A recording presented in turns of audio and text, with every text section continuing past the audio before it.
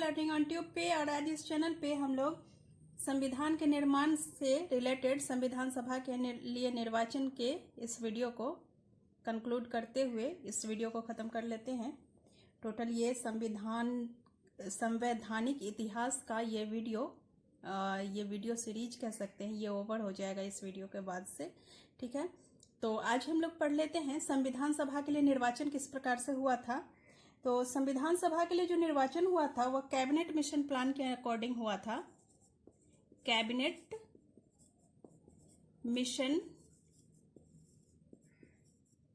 योजना के अकॉर्डिंग। ठीक है, तो कैबिनेट मिशन प्लान के अकॉर्डिंग कब हुआ था? जुलाई 1946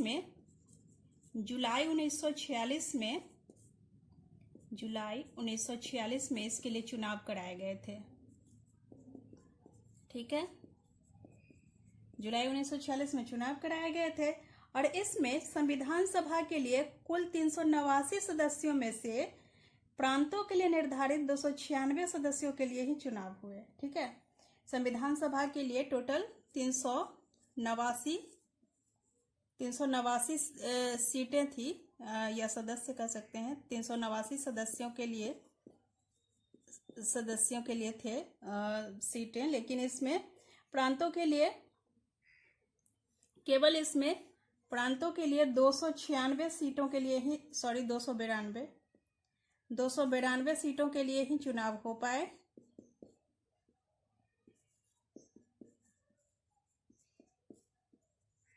ठीक है, और आगे अगर बात करें तो इसमें ब्रिटिश भारत के गवर्नरों के अधीन 11 प्रांतों से तथा इनके अतिरिक्त चीफ कमिश्नरों के 4 प्रांतों जैसे कि दिल्ली हो गया, अजमेर है, मारवाड़, कुर्ग और ब्रिटिश बलूचिस्तान से एक एक प्रतिनिधि निर्वाचित किए गए। इस तरह से चुनाव के परिणाम स्वरूप जो संविधान सभा में दलीय स्थिति उत्पन्न हुई वह इस प्रकार थी। इसको मिटा लेते हैं एक बार। तो संविधान सभा के निर्वाचन के बाद जो दलीय स्थिति हुई, रिजल्ट जो आया, तो कांग्रेस को उसमें 208 सीटें मिली थी, मुस्लिम लीग को 73, यूनियनिस्ट पार्टी को 1, यूनियनिस्ट मुस्लिम को 1, यूनियनिस्ट अनुसूचित जाति को 1 सीट और कृषक प्रजा पार्टी को 1 और अनुसूचित जाति परिसंघ को 1 और सिख गैर कांग्रेसी को 1 सीट और उसी तरह से कम्युनिस्ट को 1। उसी तरह से स्वतंत्र यानी कि निर्दलीय उम्मीदवारों को 8 सीटें मिली थी। तो कुल मिलाकर के 296 के लिए मतदान हुए थे। तो कुल मिलाकर के इस तरह से 296 प्रतिनिधि चुन करके आए थे। और इसमें संविधान सभा के लिए जो सदस्यों का चुनाव हुआ था वह केवल राजनीतिक दलों से ही नहीं हुआ था बल्कि समाज के सभी वर्गों से हुआ था, अर्थात इसमें समाज के सभी वर्गों का प्रतिनिधित्व था। ठीक है, जिनमें पंडित जवाहरलाल नेहरू, सरदार वल्लभ भाई पटेल थे, डॉक्टर भीमराव अंबेडकर और के.एम. मुंशी, गोपाल स्वामी अयंगर, अल्लादी कृष्णा स्वामी अय्यर और पट्टाभी सीतारामैया, श्रीमती दुर्गाबाई, ठाकुरदास भार्गव, मौलाना अबुल कलाम आजाद इत्यादि इसमें प्रमुख थे। ठीक है, तो यानी कि समाज के सभी वर्गों से लेते हुए सभी प्रतिनिधियों को अर्थात समाज के सभी वर्गों को इसमें शामिल किया गया था। अब आगे बढ़ते हैं। अब देख लेते हैं संविधान सभा ने कार्य किस प्रकार प्रारंभ किया। तो इसमें संविधान सभा के कार्य प्रारंभ करने के लिए पहले एक प्रारूप समिति का गठन किया गया। प्रारूप समिति अर्थात ड्राफ्टिंग काउंसिल। तो प्रारूप समिति के अध्यक्ष बनाए गए डॉक्टर भीमराव अंबेडकर। डॉक्टर भीमराव अंबेडकर को अध्यक्ष बनाया गया। भीमराव अंबेडकर को अध्यक्ष बनाया गया और इनके संविधान सभा के संवैधानिक सलाहकार की अगर बात करें तो न्यायाधीश इसमें बी.एन. राव संवैधानिक सलाहकार थे। संवैधानिक सलाहकार बी.एन. राव, ये एक जज थे बी.एन. राव। ठीक है, और इसी प्रकार से कुछ समितियां भी गठित की गई थी संविधान सभा के कार्य करने के लिए, तो उस पर बाद में चलेंगे। पहले देखते हैं संविधान सभा का प्रथम अधिवेशन प्रथम अधिवेशन जो है संविधान सभा का, प्रथम अधिवेशन 9 दिसंबर 1946 को प्रथम अधिवेशन हुआ और संसद भवन के केंद्रीय कक्ष में, सेंट्रल हॉल में, संसद भवन के सेंट्रल हॉल में इसका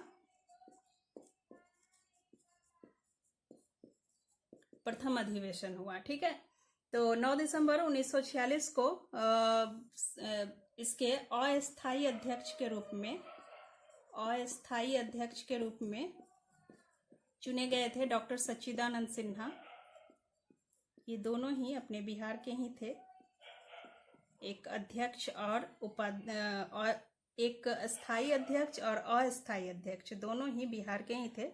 तो डॉक्टर सच्चिदानंद सिन्हा अस्थायी अध्यक्ष बनाए गए थे 9 दिसंबर को। उसके बाद फिर 11 दिसंबर को स्थायी अध्यक्ष बनाए गए थे, स्थायी अध्यक्ष डॉक्टर राजेंद्र प्रसाद। ठीक है, डॉक्टर राजेंद्र प्रसाद। और इसमें संविधान प्रारूप समिति के अध्यक्ष हो गए डॉक्टर भीमराव अंबेडकर। और इसके अलावा संविधान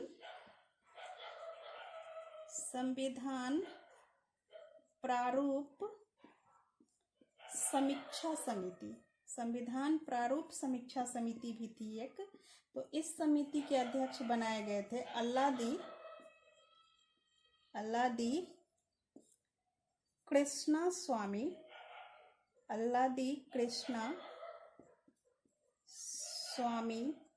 अय्यर। और इस प्रारूप समीक्षा समिति में कुल मिलाकर के 7 सदस्य थे इसमें, और इसके अध्यक्ष थे अल्लादी कृष्णा स्वामी अय्यर।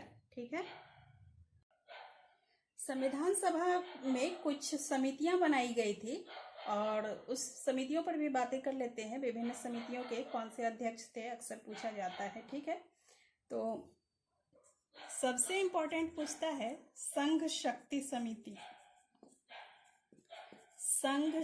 समिति। इसके अध्यक्ष जवाहरलाल नेहरू।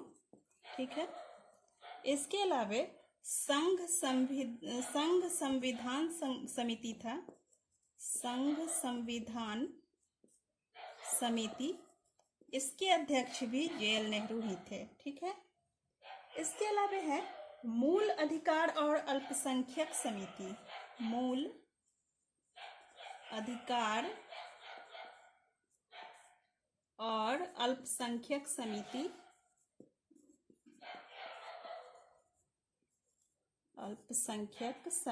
इसमें 54 सदस्य थे टोटल, इसमें 54 सदस्य थे।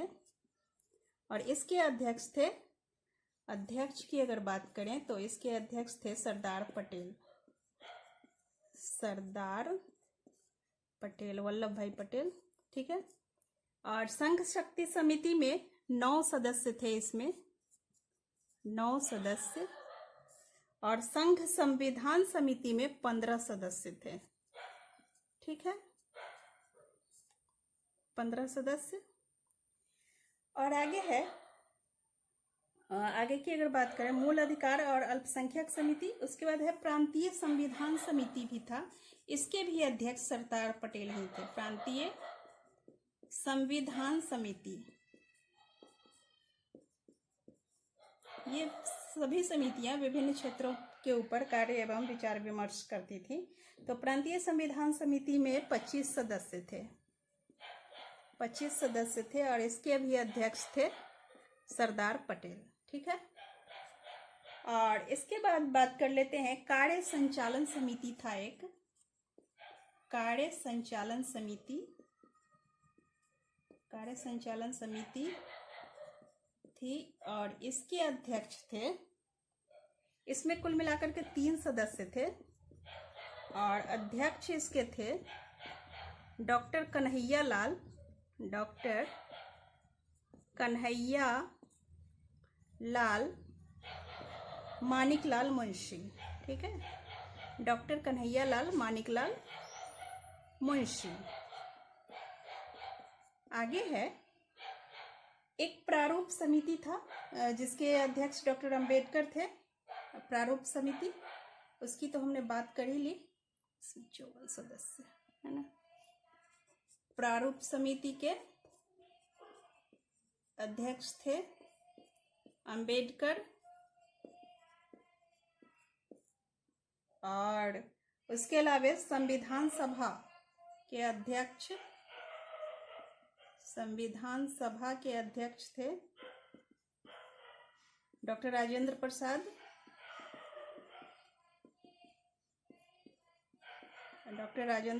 अध्यक्ष थे, और ये अस्थाई अध्यक्ष थे, और अस्थाई अध्यक्ष डॉक्टर सच्चिदानंद सिन्हा।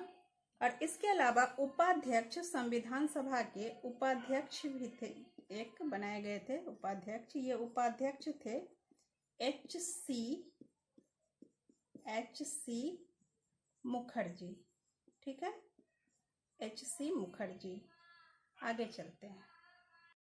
इसके अलावा 3 अन्य समितियां थी। नियम समिति,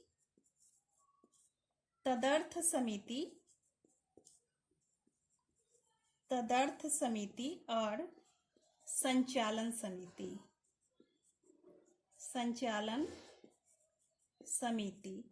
इन सभी समितियों के अध्यक्ष थे डॉक्टर राजेंद्र प्रसाद।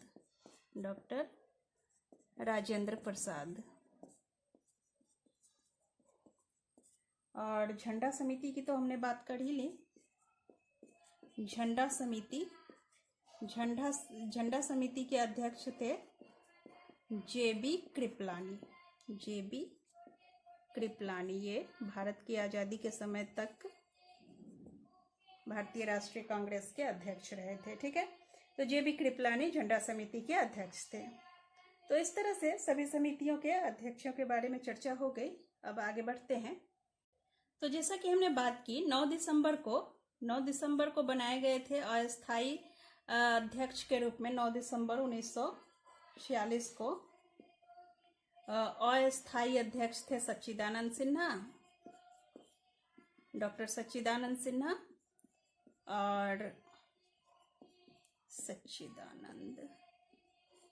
सिन्हा।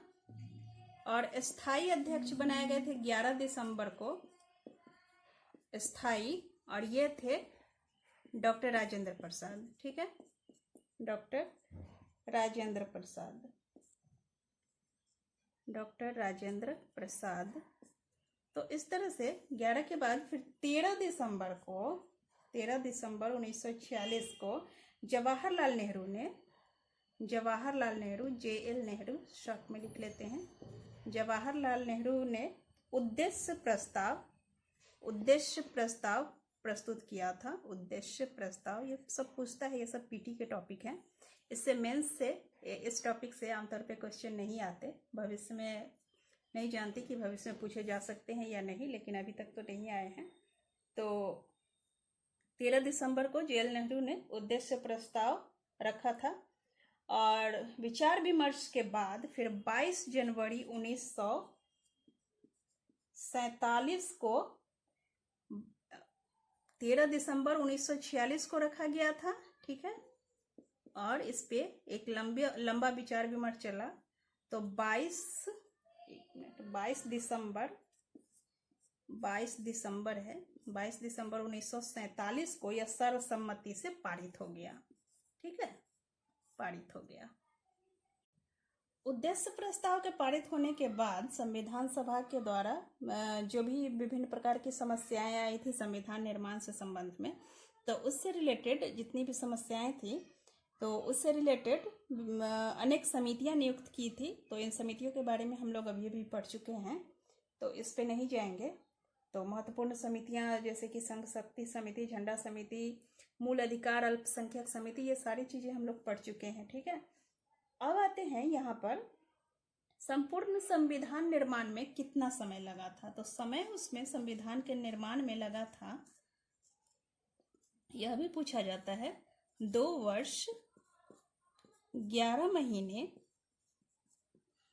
महीने और 18 दिन लगे थे टोटल। ठीक है, 2 वर्ष 11 महीने 18 दिन, ठीक है।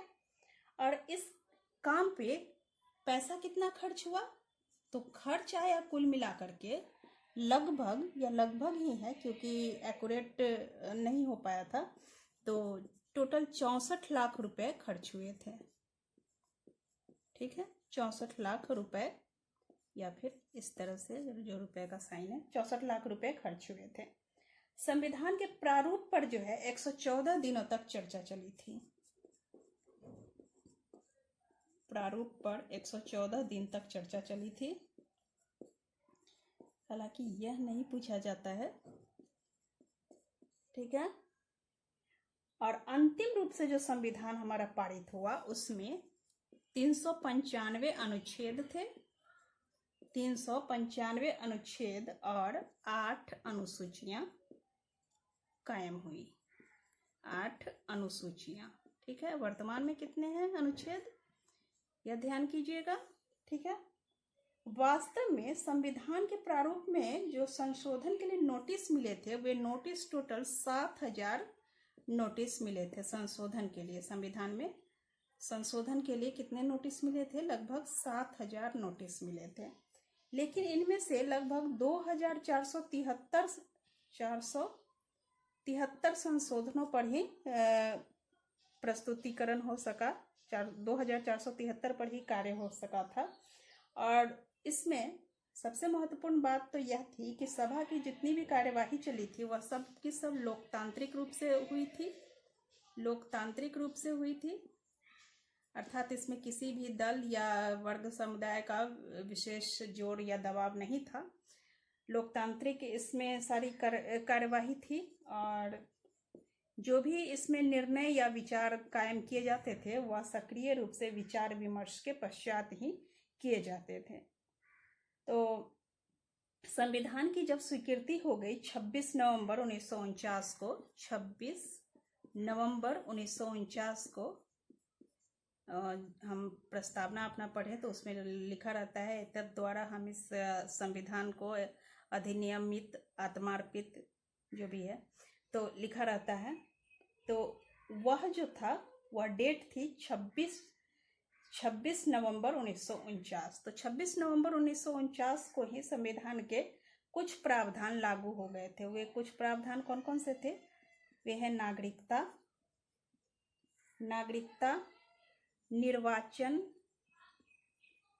निर्वाचन और अंतरिम संसद,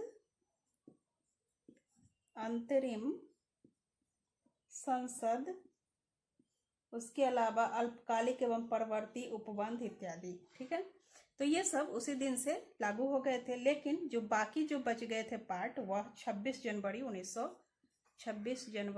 1950 को जब हमारा देश गणतंत्र घोषित हुआ उस दिन से लागू हो गया। तो इस तरह से संविधान के निर्माण से संबंधित सारा कार्य अब संपन्न हो चुका था। अब हमारा देश गणतंत्र घोषित हो चुका था, ठीक है। अब पढ़ेंगे हम आगे संविधान में क्या क्या मुख्य बातें शामिल की गई थी, उन सब चीज़ों को अब हम पढ़ेंगे। तो नेक्स्ट वीडियो में उसको हम लोग पढ़ लेते हैं। आज के लिए बस इतना ही। धन्यवाद इस वीडियो को वॉच करने के लिए, और अपने दोस्तों के साथ इसको शेयर जरूर कीजिए। धन्यवाद।